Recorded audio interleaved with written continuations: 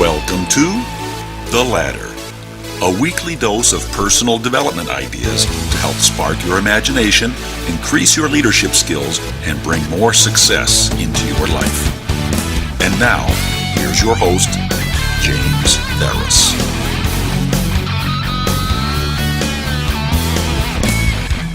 Well, hello and welcome again to another episode of The Ladder, where we share leadership and success principles to help improve every area of your life to help you climb that proverbial ladder of success.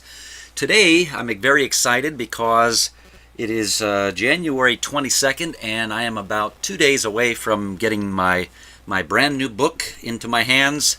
The book is called Tamgu, Quest of the Four Friends. It's kind of like a science fiction meets martial arts, and it's about four friends that find this little silver box and open it up, and then they get whisked away to a parallel universe where they have to complete this really cool quest in order to return home. So, highly recommend if you have kids in the family and there's any interest in science fiction and or martial arts. Take a look at it. Grab yourself a copy. They're available for $10 on Amazon. You can just search my name, and you should be able to find it. The cover is black with some blue lettering, and you'll be able to find it from there. So anyway, our topic for today, we're going to stick with a leadership topic for today. It's communication skills. One of the top skills of a leader is communication. And it is highly important that we learn to become better communicators and really strive to work on communication skills each and every week. Even though I'm recording a podcast here on this subject and I'm going to be teaching on this subject, I am far from perfect in any of these areas. I've got 5 different areas I'm going to talk to you about here today, but I am far from perfect in any of them, and so this podcast is just as much for my benefit as it is for anybody listening to it. So with that said, I will say that I am continually working in these areas. Some of the areas I'm better at than in others, and some of the areas I could use a lot of additional work in, and I'm continuing to looking for ways to upgrade my communication skills. And I do a lot of observing, and sometimes I learn some of these skills or ways to improve them from my students, or from other people out in the community, or my mentors, and reading books and things like this, and listening to podcasts and YouTube videos and things of this nature. So it's one of these skills that I don't think we ever perfect, but it is very, very important to our success. So the first of these 5 skills I'm going to talk about is learning to read body language. It's one thing to hear somebody's voice, but it's another thing to see their body language and their facial expressions. And this is the danger of sending emails out or text messages, because they can really often get misconstrued as to what the actual tone of the person's voice is. And as a great example, at least I think it's a great example, in my own personal life, I had this experience back in December where I had sent a very, what I thought was a friendly toned text to a family member, and I really meant it in kind of almost a playful way, and expected the other person to take it that way. Unfortunately, they didn't. They took it the opposite way and thought that I was standing on a soapbox talking down to them, and that was the last thing I wanted for this person to get from my communication. What I should have done in that case was to pick up the phone and call, and they could have heard the playfulness in my voice and the tone of my voice, and it snowballed from there. And so when I made a pretty simple, polite request, and it got turned around into a very one-sided, I don't know what you would call it. I wouldn't say it wasn't an argument. It was just a misunderstanding about the message that I was trying to give to this person. and they completely misunderstood it and blew it out of context and read things into it that really weren't there. And that's the danger of doing it by text or by email. So it's important, if you're going to do that, and we'll talk a minute about this a little bit further maybe, but really make sure that you do use some of these emojis. And if you're not a big fan of emojis, at least put a smiley face or a wink when it's meant to be tongue-in-cheek or there's a friendly tone behind it, because otherwise it is very difficult to discern whether that person is being serious or they're being funny.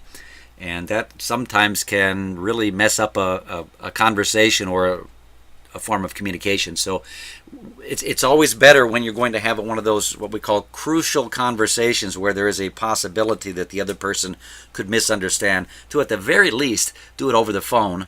I would recommend, though, getting a Skype or something like that if you're not close enough, but always the best method is meeting in person, and that way you can see how the words versus the facial expressions and body language match up. And sometimes when you're working with your team members, they may not always feel comfortable being straightforward and honest with you, so they will say things one way, but then you can look at their facial expressions and their body language, and it may convey something else. And that's where, as a leader, it's important to learn how to read this body language and discern truth from maybe a little nerves getting involved and not being as truthful as they would perhaps like to be with us. So looking for, a couple of very simple signs, of course. Facial expression might be a no expression at all, or a frown, or one eyebrow raised, or an open mouth, things of this nature. And then, of course, body language. Anytime that the legs cross and the arms get crossed, especially after it's something that we have said, that sometimes it's not 100% accurate, but it's fairly accurate. It's sometimes an indication that person is closing off their mind to what we have just said to them. And unless we dig deeper into that, it could be that we waste everything else that we're saying, because that person is now open or closed their mind off to everything, and they're basically rerunning what you just said in that conversation over and over and over, and maybe even forming a stronger and stronger opinion about what it was we said. So it's important at those points to maybe stop and rephrase things and get an idea. Hey, Mrs. Jones, what do you think about what I just said? Do you agree with that, or do you have a different opinion? And allow them to talk. All right. So this is communication, and communication should be a two-way street instead of a one-way street. So it's called dictation when I speak and you listen, and that's maybe a podcast is more of a dictation, where a communication is I say something and I leave room for questions and comments and concerns to come back, and then we can have a discussion back and forth. That's communication. When I communicate something to someone and they get the idea, and I can tell that they've got the message, and then they reiterate that back to me, then that also can be communication. So number one is learning to read body language and watch facial expressions. Okay. Number two is learning to actively listen and feed it back to the person. So that basically means that we listen carefully and then maybe restate their message in different words. So let's say, for example, if this was an employer to employee situation, the employee says, hey, I'm not happy about the new schedule. And instead of saying, well, I'm sorry you don't like the new schedule, that's just how it is, and if you don't like it, you can always quit. That's how I've heard some managers say things similar to that. So it might be that you say, just so I'm clear on this, and so I've got it straight. You said you're not happy with the schedule. Is that because you aren't being scheduled with enough hours, and that might cut into your paycheck? And if you say it something like that, they may come back and say, oh, no, it's not that at all. It might be that I have requested a specific set of hours, and this scheduled hours that I've got here kind of mess with my ability to take my child back and forth to soccer or karate class or whatever it might be. And see, by trying to feed it back to them and restate, you will help open the lines of communication again and keep the gray areas from from popping up and misunderstandings, which leads us right into the next one, which is basically having clear verbal communication, and that goes right along with that. So we want to be sure that we don't leave any gray areas when we're communicating, and leaving things open for interpretation. That's the thing with music and sometimes movie endings, is that it is left open for interpretation, and we're not exactly sure of what something means. And in the case of maybe a book or a song or the end of a movie, that might be okay to do. But in the course of leading a group, leading a team, I don't think that's the most healthy way to lead, leaving those gray areas and assuming. What happens when we assume is that we make an ass out of you and me, and that spells ASSUME. So when we assume things, that is oftentimes the result of that. So we've got to learn how to not leave things open for assuming to happen. And so, for an example, I might say to an employee, "Hey, please be sure to get those messages sent out this week." That's a kind of it leaves a little bit of gray area, because it's not telling them when or where or anything like that. So I could rephrase that to make it a little bit better communication by saying, please be sure to get those messages out before 3 p.m. on Tuesday, and then do me a favor and send me a quick text or email to let me know that it got done. So that second one is much clearer than the first one, and you're much more likely to see that result, versus saying in the first one and then waiting until Saturday and saying, "Hey, did you get those messages sent out?" And the other person says, "Oh no, I had that on my schedule. I totally forgot to do it, and I'll get on it right now." If you know the time you want something done, it's very important to make sure that we clearly communicate that to the employee or to the team member, so that they have a clear understanding of what we expect and by when, putting that deadline. All right. The next one is writing skills. We communicate with our body language and our facial expressions. We also communicate with words, speaking. We also communicate with our active listening and learning to feed it back. And we communicate by giving our words through clear verbal communication. But we also have writing skills that we need to develop. And it's important that we learn to keep it brief and to the point. And this is one that I've had trouble with over the past. And I used to write, anybody listening to this that's known me for more than 10 years is probably going to chuckle at this, but I used to, probably about 10 years ago, I used to write very, very long, in-depth, detailed emails that were like a chapter of a book. And I wanted to make sure in those emails that I spelled out every single thing and answered any possible question that could possibly be answered.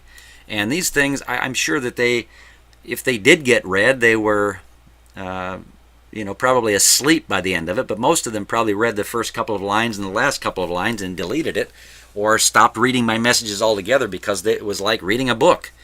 And it was a lot of times very redundant. I would repeat the same thing in several different ways in the emails. And a funny thing happened back then is the attitude of parents and students were not as strong as they are today. And I think that a lot of that has to do with my ability, my improved abilities in this area.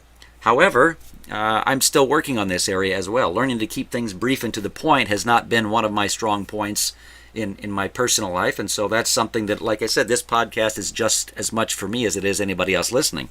And so here's a quick example that I came up with, but there are probably hundreds of other better examples. So anyway, if we're going to have a meeting this Saturday, I might start with, and this would be the kind of way not to do it. After we finish, let's see, this Saturday we'll be having a meeting in which we'll be covering several important things. One, we'll be covering X, 2 will be covering Y, and 3 will be covering Z, along with several other things. After we finish the meeting, we'll be then working on straightening up the office a little bit. We'll be ordering fresh hot pizza and supplying drinks for everyone, and we hope to see you there. So that's one way of communicating a message. Or you could say, after Saturday's meeting, we're going to straighten up the work environment and we'll provide pizza and drinks. Hope to see you soon. And if there's anything that you need to discuss prior to the meeting, please get in touch with me by email or whatever, or text. That second one is a lot shorter and to the point, especially if your team members already know that there is a meeting coming up. Just sending a quick reminder, and then maybe telling them because they already know the meeting's happening, we're shortening it and talking about what we're going to be doing after the meeting that might be different this time. And in this case, it might be that we're going to straighten up the work environment, which will make the team members probably a little bit more productive. And the fact that we're providing pizza and drinks might get them out of bed and get them into the office for that meeting. So just a suggestion there. All right, and then finally is this, and this might even be first on the list, but I did put it last, and that's continually, as the leader, if you are the leader and you're listening to this, continually talk about your vision for the group or the company or whatever it is you're leading. Continually revisit that vision. It is so important that team members or the employees or family members or whatever kind of group it is that you're leading, gets reminded about our vision and what it is we're trying to accomplish, and maybe more importantly, why we're accomplishing it. And at that time, we'll be able to give kudos out to team members that are helping that vision come to fruition, and maybe reminding some of the other team members, without pointing fingers at them, that this is the reason why we do what we do. So in my martial arts school, for example, all of my students and parents that have been here for any more than two to 3 weeks with me, they know that the mission and goals and vision for our martial arts school is not to teach them street self-defense. It's not to get them ready for a series of tournaments coming up. It is personal and character development. That is the most important thing we are trying to accomplish in our school, and that's the whole reason why we do every single thing that we do in our school. Now, we do some competitions, and we do train in self-defense, and we have some very high-level, highly skilled people come in as guest instructors and really take our students through things that we normally wouldn't take them through on a day-to-day basis. But the reason that we do our forms, for example, one of the reasons is for doing our forms, which is in the Japanese world they call them kata. It's a prearranged set of movements, kind of like a dance routine for a dancer, except we're doing fighting techniques against invisible opponents. And the primary reason that we do that, along with probably 15 or 20 other reasons, is self-discipline. See, that's something that we teach the student, the routine, and it's their job to continue practicing it on their own, away from class, during class too, after classes, and then trying to decipher some of the self-defense techniques within that and figure out how those things would work in real self-defense, which teaches them how to focus and learn how to dig down and study something. So those things are all about self-discipline. Of course, if they do that, they're going to get a fantastic physical workout as well. It's going to make their hearts pump, and they're going to get the cardiovascular benefits of it as well. But it might also prepare them for a competition to do well in competition. But really, it's all about giving them something to work on when they're not with us for the most part. We do work on it in class, but we're looking at to see how much they're going to do it with that after classes on their own at home or away from the school, or if they're going to come in before classes early and work on these things. That shows us their level of self-discipline, and so that's the reason we would practice our forms. Same thing with our self-defense techniques, same with a weapon form or sparring techniques, learning to overcome our fear. That's part of personal development, learning to gain confidence. So everything that we do in our school has a direct tie to personal and character development, and we make sure that we continually talk about this from the front of the room when we're teaching classes, and one-on-one with parents and one-on-one with students. And then, of course, with our leadership team, we're continually revisiting this, and with our staff and employees, we're continually revisiting this so that they understand our vision and our reason for being. And it goes a long way, because now we don't just have one person, let's say the team leader, in this case me, having this grand vision and talking about it once in a while, and then everybody else not saying anything that supports that. So when you have everybody on the team speaking the same language, it goes a long, long way to helping that company or that group or that family become more successful, because everybody understands the whole purpose of doing what we're doing. And if you're not doing that with your group or your company or whatever it is you're leading, or your family, it's important that you do that. So let's say if you're just leading a family, you're either the mother or the father and you're leading a family, you have to instill in your family what the values of your family are. What does it mean to be a Smith?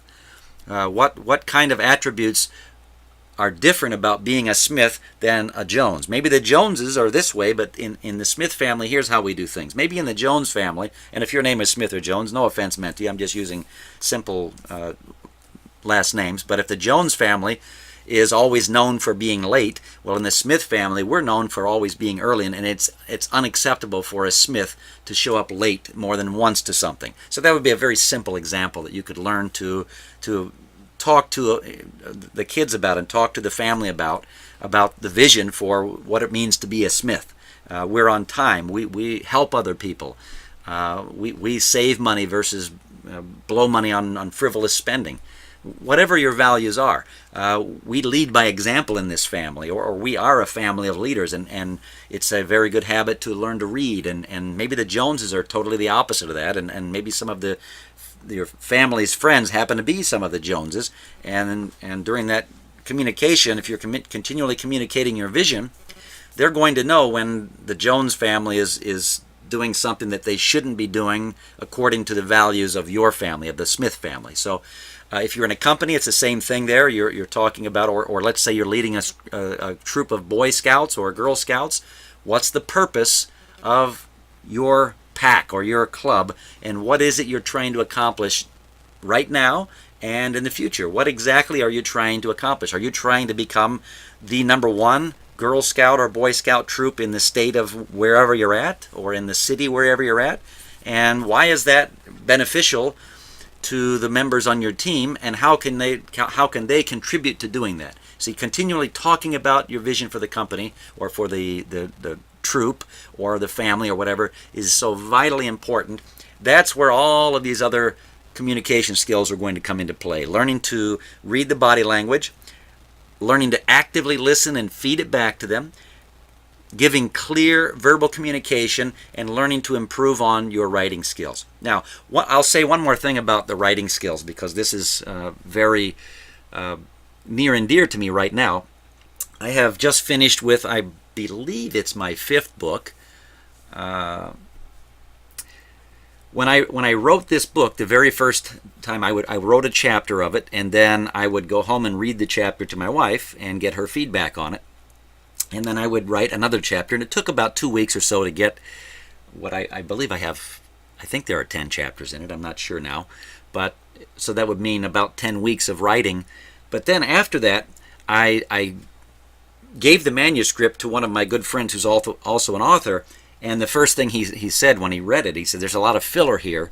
You need to learn how to say the same things with fewer words," because one of the things I was trying to do is make the book at least somewhat more than 10 pages, right? So I was putting a lot of filler in there to try and thicken the book up a little bit, but I wasn't thinking about, well, from the reader's perspective, that would be kind of boring to have a lot of extra details in there that really weren't necessary to get the reader to visualize what was going on or to think about the message that was being conveyed.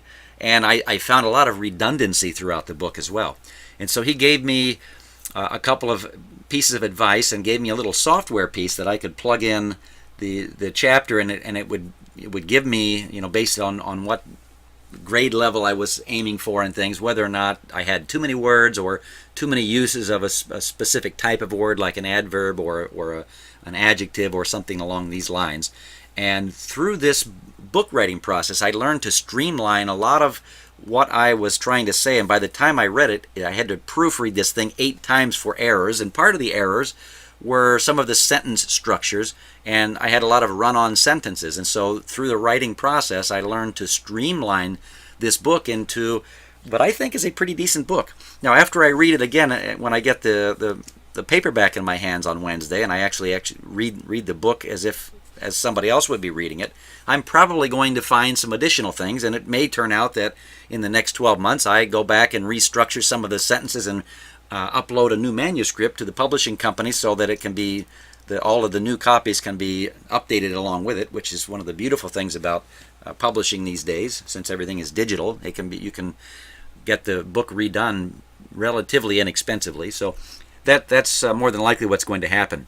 I did the very same thing with my parenting book, and I rewrote it, and I am absolutely going to go back and rewrite it again for the same reason. I still think that there are some things in there that could be shortened and said slightly differently to get the same point across. And of course, I've lived a little bit more as a father since 2009 when that book was written, and I've got some additional thoughts and opinions that I might want to include in that book as well. So practice, and we will all get better at these things. So I hope you enjoyed today's podcast. If you got something out of it, or maybe if you find that you're guilty of some of these things, I'd love to know what your thoughts on these things are in the comments below. And until next week, this is James Theris saying, learn to communicate more effectively, and you will have a more successful team.